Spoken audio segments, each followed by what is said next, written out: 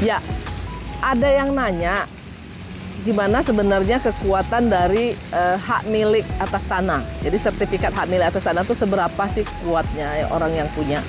Nah, masih ingat kan gambar ilustrasi tentang hak atas tanah dan hak-hak lainnya yang kemarin saya sampaikan. Nah, itu lihat ada yang kuning-kuning, itu adalah hak milik.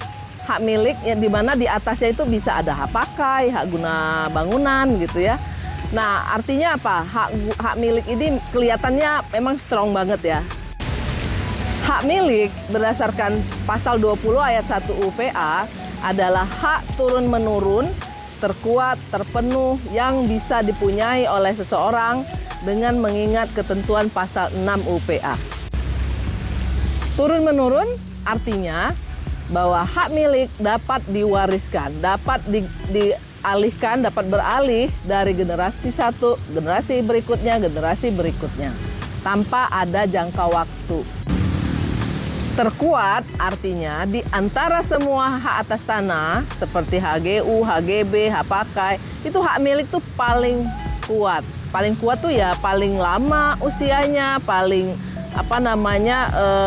didahulukan lah intinya begitu. Terpenuh artinya di antara hak milik atas tanah yang lain-lainnya, maka hak milik itu haknya yang paling penuh, paling full, lengkap gitu ya.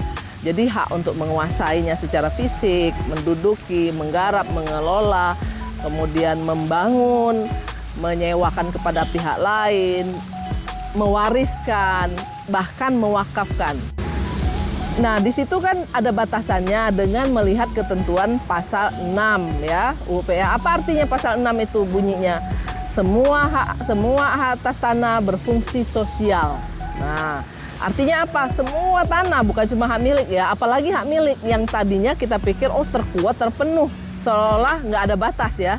Tidak sebenarnya, karena asas tanah berfungsi sosial itu membatasi.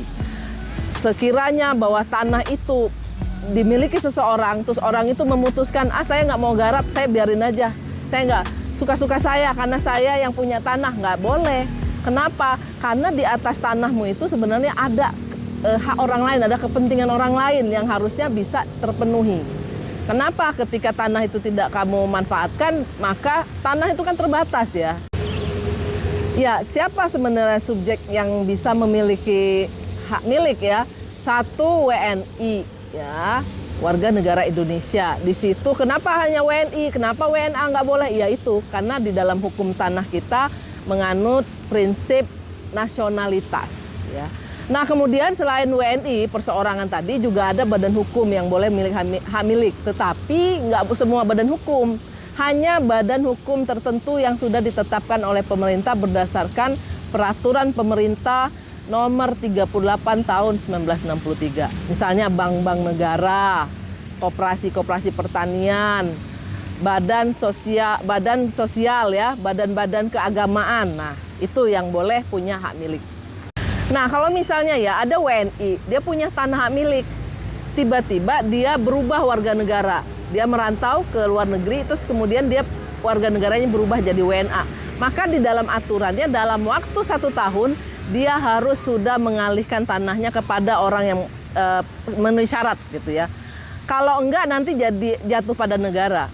Kemudian ada warga negara asing, orang tuanya WNI. Kemudian dia dapat waris ya. Maka sejak dia dapat waris itu dalam waktu 1 tahun sama, dia harus segera mengalihkan haknya itu kepada pihak orang yang punya memenuhi syarat. Nah, tanah hak milik itu bisa hapus karena 2 hal. Satu, jatuh pada tanah negara, kemudian yang kedua karena tanahnya sendiri musnah. Nah, kalau jatuh pada negara itu disebabkan karena pertama tanahnya dicabut oleh negara. Kenapa? Misalnya karena untuk pengadaan tanah untuk kepentingan umum pembangunan ya, atau diserahkan secara sukarela. Nah, ini berkaitan dengan pengadaan tanah juga bisa diserahkan secara sukarela ya. Kemudian yang ketiga diterlantarkan. Nah, untuk tanah hak milik itu waktunya tuh 20 tahun. Dari dia memperoleh sertifikat tadi ya, 20 tahun. Kemudian yang terakhir karena tanahnya itu subjeknya itu tidak memenuhi syarat.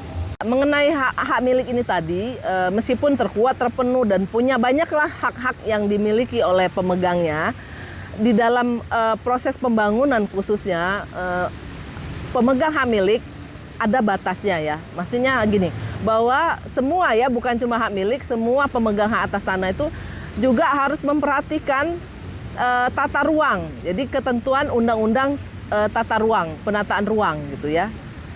Harus sesuai dengan perencanaan yang telah dibuat oleh negara, karena negara memang berwenang untuk menata supaya tertib, teratur, fungsinya sesuai. Berkaitan dengan tanah pertanian ya, khususnya tanah lahan pertanian pangan ya, ada Undang-Undang Nomor 41 Tahun 2009 tentang perlindungan lahan pertanian pangan berkelanjutan. Nah, di sana itu mengatur alih fungsi. Jadi meskipun orang itu punya hak milik atas tanah pertanian itu, sawahnya itu, kalau sudah ditetapkan sebagai lahan pertanian pangan berkelanjutan nggak boleh. Jadi nggak boleh dialihfungsikan jadi perkarangan, jadi tanah kering, hanya untuk pangan. Nah, mungkin ini nanti kapan-kapan kita bahas lebih lanjut. Jadi kira-kira itu saja tentang hak milik untuk sementara itu.